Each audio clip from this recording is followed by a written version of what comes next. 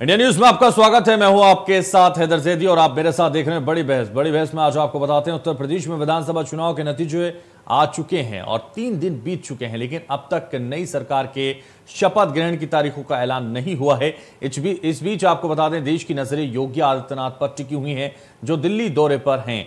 अपने दिल्ली दौरे पर सीएम योगी आदित्यनाथ प्रधानमंत्री नरेंद्र मोदी और पार्टी के साथ बैठक में सरकार की रूपरेखा तैयार करेंगे और साथ ही आपको बता दें नए मंत्रिमंडल गठन पर चर्चा करेंगे। राज्यपाल को इस्तीफा सौंपने के बावजूद अब तक यूपी में नई सरकार के गठन का ऐलान नहीं हुआ है। सूत्र बता रहे हैं कि योगी का शपथ ग्रहण होली के 2 दिन बाद यानी 20 मार्च तक हो सकता है। साल 2017 में बीजेपी की ऐतिहासिक जीत के बाद योगी ने 19 मार्च के दिन मुख्यमंत्री पद की शपथ ली थी, लेकिन इस बार क्योंकि 17 और 18 मार्च को होली है और 19 मार्च को एमएलसी नामांकन की आखिरी तारीख है, इसलिए योगी के 20 मार्च को शपथ लेने की अटकलें अब तेज हो गई हैं। यूपी में सरकार, दिल्ली में विचार लगातार अब होगा। दिल्ली में मंथन, योगी सरकार में परिवर्तन, सरकार के दूसरे दौर का एक्शन प्लान, मैराथन बैठक में शपथ ग्रहण की तारीखों पर होगी चर्चा। तो आपको बता दें कई बड़े चेहरे शामिल हो सकते हैं। लक्ष्मी नारायण, राजेश चौधरी, अंजुला महोर, नीलिमा कटियार, ये कई चेहरे संभावित मंत्री हो सकते हैं और अब सरकार में नए चेहरों को जगह दी जा सकती है। मनीषा अनुरागी, और ये जो चेहरे हैं कुछ पुराने हो सकते हैं, कुछ नए हो सकते हैं, बड़े बदलाव भी नजर आ सकते हैं। पंकज सिंह भी मंत्री बनाए जा सकते हैं। राजनाथ सिंह के बेटे पंकज सिंह को भी मंत्री बनाया जा सकता है। शशांक वर्मा भी मंत्री हो सकते हैं। तो राजेश्वर सिंह जो ईडी के अधिकारी थे, सरोजिनी नगर सीट से जीते हैं, इनको भी, और असीम अरुण जो कानपुर कमिश्नर थे, जिन्होंने नौकरी छोड़कर चुनाव लड़ा और जीता, दयाशंकर सिंह भी मंत्रिमंडल में शामिल हो सकते हैं। ये कई चेहरे ऐसे हैं जो मंत्रिमंडल में शामिल हो सकते हैं। ब्रजेश पाठक जो पहले कानून मंत्री थे वर्तमान सरकार में, वो भी मंत्री हो सकते हैं। आशुतोष टंडन भी मंत्री बनाए जा सकते हैं। महेंद्र सिंह भी मंत्री बनाए जा सकते हैं। तो योगी सरकार के संभावित मंत्री हो सकते हैं। ग्राफिक्स के जरिए हम आपको समझा रहे हैं। स्वतंत्र देव सिंह भी मंत्री हो सकते हैं, उप मुख्यमंत्री रहे स्वतंत्र रहेंगे। और चर्चा की शुरुआत में सबसे पहले मेहमानों का परिचय करा देते हैं। आरबी उपाध्याय वरिष्ठ पत्रकार हमारे साथ जुड़ रहे हैं, स्वागत है आपका बड़ी बहस में। एसएन सिंह प्रवक्ता हैं भारतीय जनता पार्टी के, आप भी हमारे साथ जुड़ रहे हैं, स्वागत है बड़ी बहस में आपका। सीधा सबसे पहले एसएन सिंह आप ही के पास आना चाहूंगा। प्रचंड जीत की मुबारकबाद आपको और बधाई।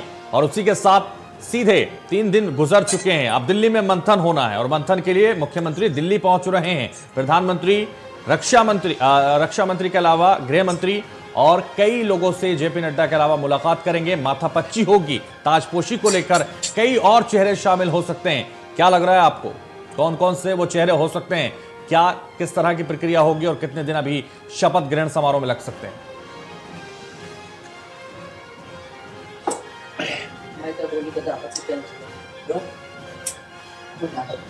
एसएन सिंह, मेरी आवाज आप तक पहुंच पा रही है?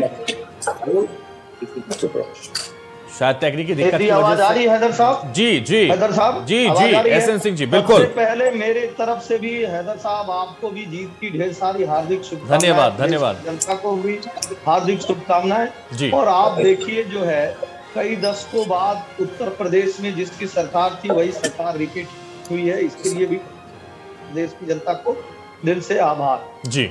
देखिए हैदर साहब, आदरणीय मुख्यमंत्री जी आज जो दिल्ली गए हैं, इसमें जो भी बैठकें होंगी उसके बारे में तो शीर्ष नेतृत्व ही तय करेगा और बताएगा। मैं सिर्फ आपको ही बता सकता हूं कि चुनाव के बाद शुभकामनाएं देने के लिए व्यक्तिगत तौर पे आदरणीय प्रधानमंत्री जी को, आदरणीय गृह मंत्री जी को, आदरणीय राष्ट्रीय अध्यक्ष जी को स्वतः मिलकर और न्योता देने के लिए शपथ ग्रहण समारोह में आप आइए, इसका व्यक्तिगत तौर पे मिलकर न्योता देने के लिए वो गए हैं। दूसरी बात, जो डबल इंजन की सरकार आज उत्तर प्रदेश में पुनः एक बार बनी है, वो गति से कार्य कर सके, पहले दिन से कार्य कर सके। हम पुरानी सरकारों की तरह 1 साल का इंतजार न करें, इस कार्य योजना पे भी विचार होगा। इस नाते हुए आज आदरणीय मुख्यमंत्री जी दिल्ली गए हुए। देखिए जिस तरह से जनता ने मोदी जी पर और योगी जी पर विश्वास जताया है कि मोदी जी, योगी जी जो कुछ भी कर रहे हैं वो जनता के लिए कर रहे हैं, तो हमारी सरकार भी उस विश्वास पे खरे उतरे, पहले दिन से हम अच्छे कार्य कर सके, गति से कार्य कर सके, इन सारी योजनाओं पे चर्चा। और इसीलिए एसएन सिंह अब देरी करनी जरूरी नहीं है। मेरे ख्याल से शपथ ग्रहण समारोह जल्द से जल्द करना चाहिए और उसके बाद जो जिम्मेदारी आपको दी गई है, जो विश्वास जनता ने आप पर जताया है, उस पर काम करने की जरूरत है। अब चूंकि ज्यादा विश्वास है आप पर, दूसरी बार मौका दिया गया है आपको, भारतीय जनता पार्टी को यह दूसरी बार मौका दिया गया है जो ऐतिहासिक है। 37 साल बाद दोबारा इतिहास दोहराया है आपने, ये कहीं ना कहीं महत्वपूर्ण है। और इसीलिए माथापच्ची अब दिल्ली में क्या आशीर्वाद के बहाने माथापच्ची भी होगी मंत्रिमंडल को लेकर, ये भी खबरें लगातार आ रही हैं। देखिए, ये बड़ी जिम्मेदारी मिली है और मैं आपके चैनल के माध्यम से भरोसा भी देता हूं कि जिस तरह से 2017 से 2022 तक गतिपूर्वक कार्य हुए, उसमें और भी गति दी जाएगी और अंत्योदय की जो योजना है, जो परिकल्पना है, अंतिम व्यक्ति तक चीजें पहुंचे, बहुत हद तक पहुंची भी थी, आगे भी उसको और गति से हम कार्य करेंगे। और रही बात मंत्रिमंडल की, तो जाहिर तौर पे मंत्रियों का एक समूह जो है वो आदरणीय मुख्यमंत्री जी के साथ रहता है, जो प्रदेश में गति देने का कार्य करता है।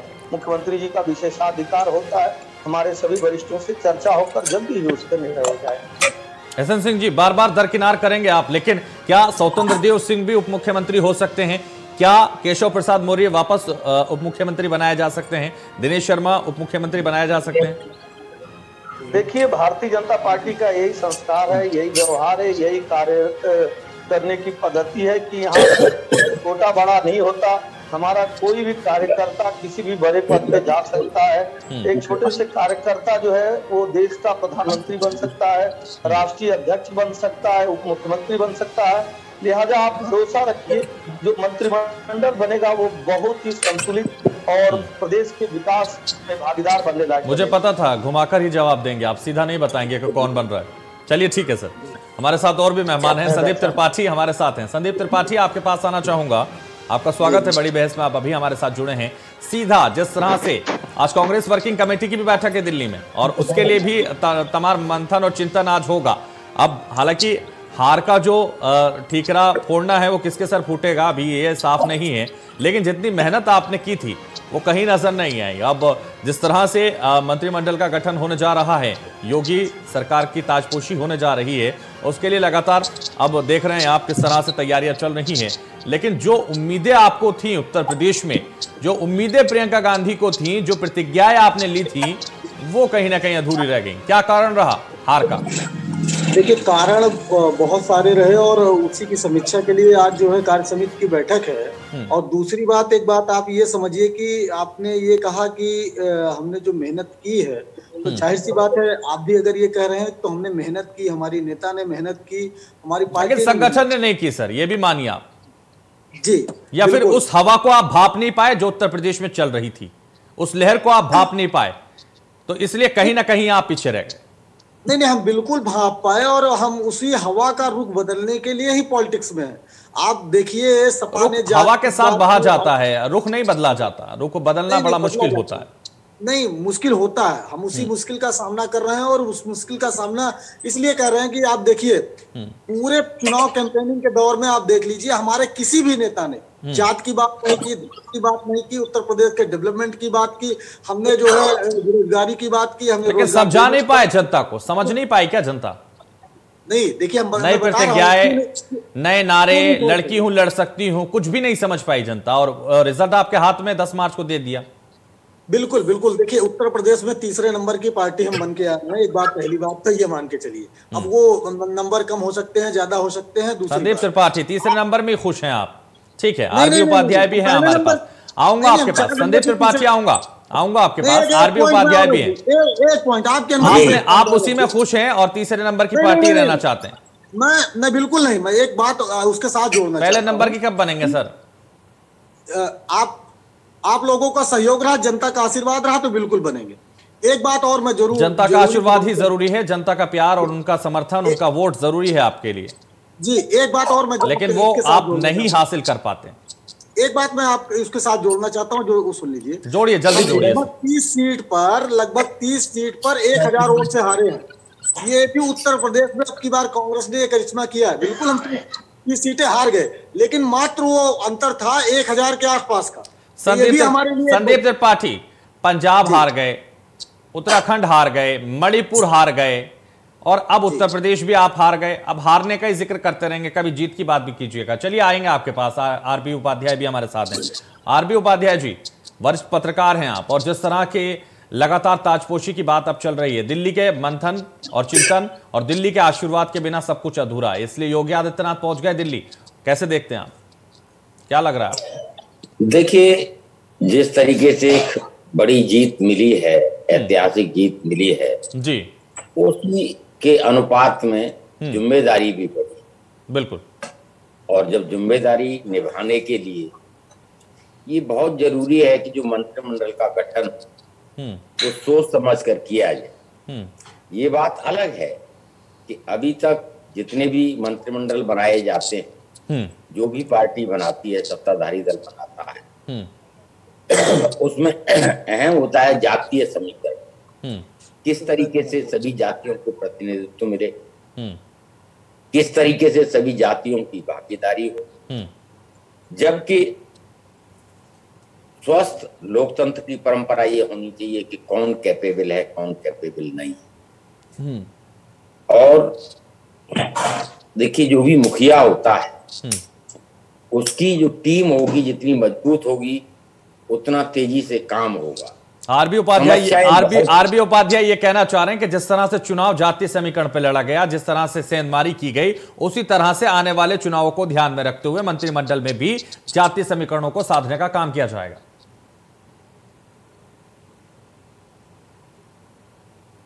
ये कहना चाह रहे हैं? बिल्कुल बिल्कुल जी। देखिए, सभी जगह कहीं भी चले जाइए आप, जाति और धर्म से इतर राजनीति हो ही नहीं रही।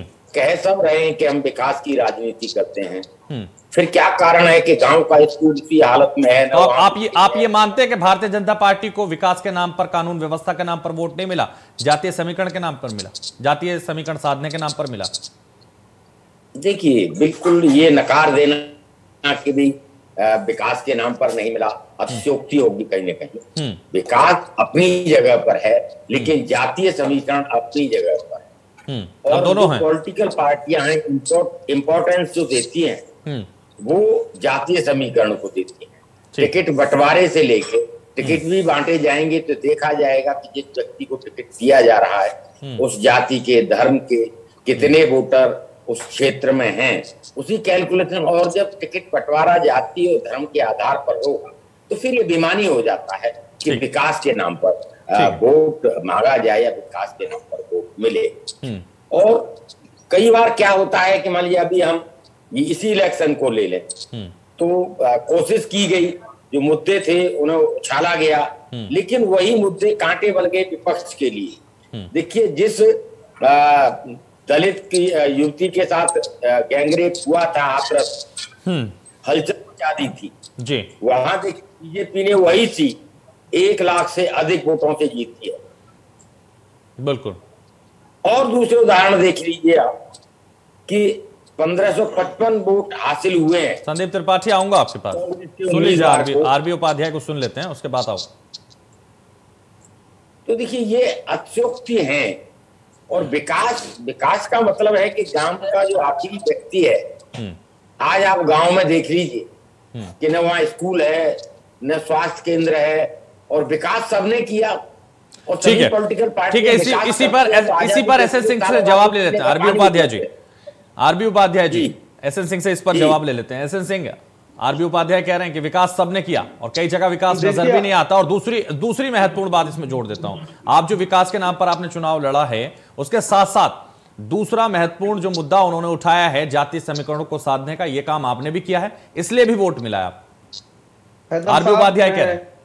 आरबी उपाध्याय साहब के बात का विरोध नहीं कर रहा हूं, आपके बात का भी समर्थन कर रहा हूं, लेकिन एक चीज जोड़ना चाहूंगा। देखिए, हमने या सभी पार्टियों ने जाति के आधार पर टिकट दिया और देना भी चाहिए, क्योंकि जातियों को नकार नहीं सकते।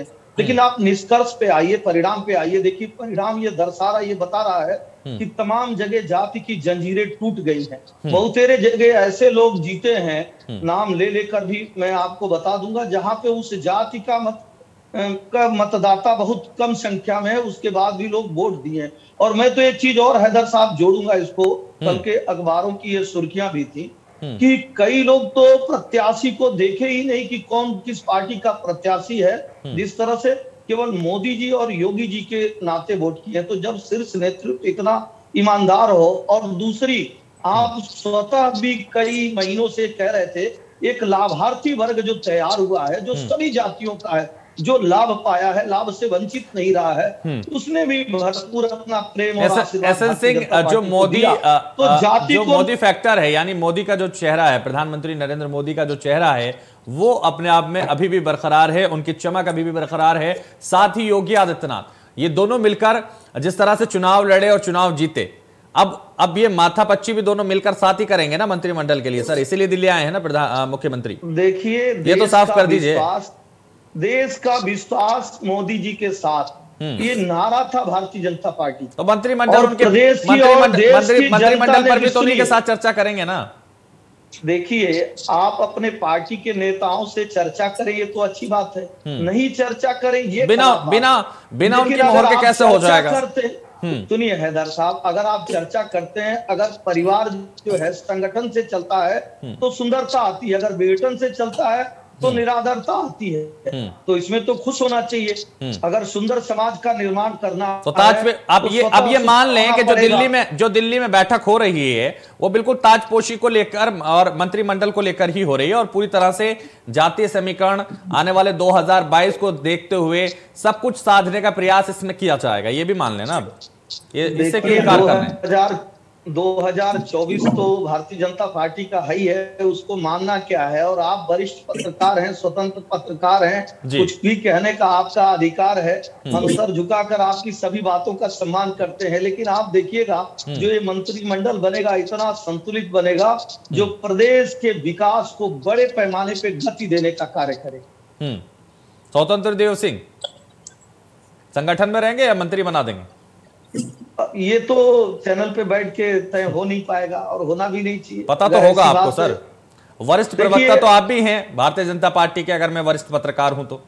हैदर साहब जो है, आप देखिए लोकतंत्र की खूबसूरती देखिए, भारतीय जनता पार्टी की खूबसूरती देखिए कि और पार्टियों की तरह फिक्स नहीं है कि अध्यक्ष उसी परिवार से होंगे, उनके पुत्र होंगे या प्रधानमंत्री या मुख्यमंत्री उनके। ठीक है, अब इसका जवाब ले लेते हैं। भारतीय जनता पार्टी की यही खूबसूरती। संदीप त्रिपाठी, एसएन सिंह कह रहे हैं कि और पार्टियों की तरह भारतीय जनता पार्टी नहीं है, और इशारा सीधा आपकी तरफ है कि एक ही पार्टी के, एक ही परिवार के लोग एक ही पार्टी के अध्यक्ष रहते हैं। देखिए, पहली बात तो ये भी जो है यथार्थ नहीं है कि एक ही परिवार के जो है व्यक्ति अध्यक्ष रहे हैं। 129 अध्यक्ष बने हैं, उसमें से कितने लोग परिवार के हैं आप उसको देख सकते हैं। कांग्रेस का इतिहास हमारे मित्र ने नहीं पढ़ा, एसएन सिंह जी ने, आरएसएस के शाखा में पढ़ाया भी नहीं जाता, और जो पढ़ाया जाता है वो गलत पढ़ाया जाता है। आप आरएसएस की चर्चा मैंने किस लिए की कि आपका जो पैतृक संगठन है जिसके आप लोग वंशज हैं, उसमें बताइए अध्यक्ष की कौन सी प्रक्रिया है। आप अपनी पार्टी का बताइए कौन सी चुनावी प्रक्रिया के तहत आप अध्यक्ष चुनते हैं। आरएसएस से जो अनुमति मिलती है वही अध्यक्ष क्यों बनता है? आपके यहाँ भी तो आरएसएस परिवार की बात है। संदीप त्रिपाठी, हम भारतीय जनता पार्टी की बात कर लेते हैं। वहां राष्ट्रीय अध्यक्ष बदले तो जाते हैं, अभी जेपी नड्डा हैं, अमित शाह रहे, नितिन गडकरी रहे, राजनाथ सिंह रहे, तो बदले तो जाते हैं। आपके यहाँ तो सोनिया गांधी राहुल गांधी दिखाई दे रहा है सबको। जी देखिए, ये किसी पार्टी का संघ पे जाने से पहले पार्टी की बात कर लेते हैं ना। संघ से क्या मतलब है आपको? नहीं, संघ से इसलिए मतलब है, अरे भाजपा है क्या? भाजपा आपकी प्रतिद्वंदी है ना सर, भाजपा से सीधा मतलब रखिए ना। आरएसएस, हैदर जी आरएसएस हटा दीजिए, भाजपा 0 सीट पाएगी, मैं दावे के साथ कहता हूं। आरएसएस अपने साथ जोड़ लीजिए, अगर जुड़ जाए तो। आप क्यों नहीं जोड़ पा रहे? नहीं, इसलिए कि हमारे उसके वैचारिक मतभेद है, हमारे उनके विचार नहीं मिलते, इसलिए हम नहीं जोड़ सकते। और आरएसएस का एक भाजपा संगठन है जो है अनुशासित संगठन। संदीप त्रिपाठी, बस चर्चा को समाप्त करना होगा, इसलिए एसएन सिंह फाइनल कमेंट आपसे ले लेते हैं। एसएन सिंह जवाब दीजिए, अगर आरएसएस आपके साथ ना हो तो भारतीय जनता पार्टी कुछ नहीं है। संदीप त्रिपाठी कह रहे हैं, जल्दी जवाब। देखिए, एक राष्ट्रवादी पार्टी के साथ जो है राष्ट्रवादी विचारधारा के लोग ही जुड़ेंगे। इन्होंने बहुत अच्छी बात कही, जिस पार्टी को एक विदेशी संगठन ने 100 साल और राज करने के लिए चलाया, बढ़ाया, बनाया, उस पार्टी के लोग क्यों आरएसएस के साथ जुड़ेंगे? आरएसएस और भारतीय जनता पार्टी एक आरएसएस का ध्वज प्रणाम ये है, आरएसएस का ध्वज प्रणाम ये है, आरएसएस का ड्रेस अंग्रेजों का, आरएसएस का वाद्ययंत्र अंग्रेजों का। आप अंग्रेजों की बात क्या कर रहे हैं? ये लोग जो है भगवान अंग्रेजों के दलाल संगठन आज हमें राष्ट्रीयता सिखाएंगे। एक व्यक्ति का अधिकार है, उसकी अडानी अंबानी का अधिकार हमारे समय बिल्कुल नहीं। ठीक है, संदीप त्रिपाठी, एसएन सिंह, आपको रोकना होगा। आरबी उपाध्याय, फाइनल कमेंट आपसे लूंगा। जिस तरह से लगातार आरएसएस और संघ की बात हो रही है, कांग्रेस के साथ नहीं है और भारतीय जनता पार्टी के साथ है, इसलिए सरकार बना रहे हैं भारतीय जनता पार्टी लगातार, इसको आप कैसे देखते हैं? क्या नजरिया आपका इसके प्रति? फाइनल कमेंट सर, इसके बाद चर्चा को देखिए, आरएसएस पर उंगली उठाने से पूर्व अपने संगठन की अगर बात करें, अपने संगठन ज्यादा बेहतर होगा, करें अपनी वो ज्यादा बेहतर। अब हो क्या गया है, जब भी बहस होती है तो बीजेपी का जो प्रवक्ता होगा वो कांग्रेस की बात बोलेगा, कांग्रेस का प्रवक्ता बीजेपी की बात बोलेगा, जबकि इतर होना ये चाहिए है जी, जब आप एक टीवी चैनल पर बैठे हैं तो जब तक ये चाहता है बीजेपी अपनी पार्टी को रिप्रेजेंट करें, अपनी पार्टी की उपलब्धियां गिनाएं, जनता को फायदा पहुंचाएं, ये काम होना चाहिए। जबकि ये काम नहीं होता, लेकिन हम लगातार अनुरोध करेंगे कि अपनी पार्टी को रिप्रेजेंट करें और अपनी पार्टी के काम गिनाओ ताकि जनता का भला हो, इसलिए आपको डिबेट में बुलाया जाता। चलिए, एसएन सिंह जी हमारे साथ चर्चा में जुड़े, बहुत शुक्रिया बड़ी बहस में जुड़ने के लिए। संदीप त्रिपाठी, आपका भी बहुत शुक्रिया। आरबी उपाध्याय, आप जुड़े हमारे साथ, बहुत शुक्रिया। तो फिलहाल बड़ी बहस में बस इतना ही, दीजिए मुझे इजाजत और आप देखते रहिए इंडिया न्यूज।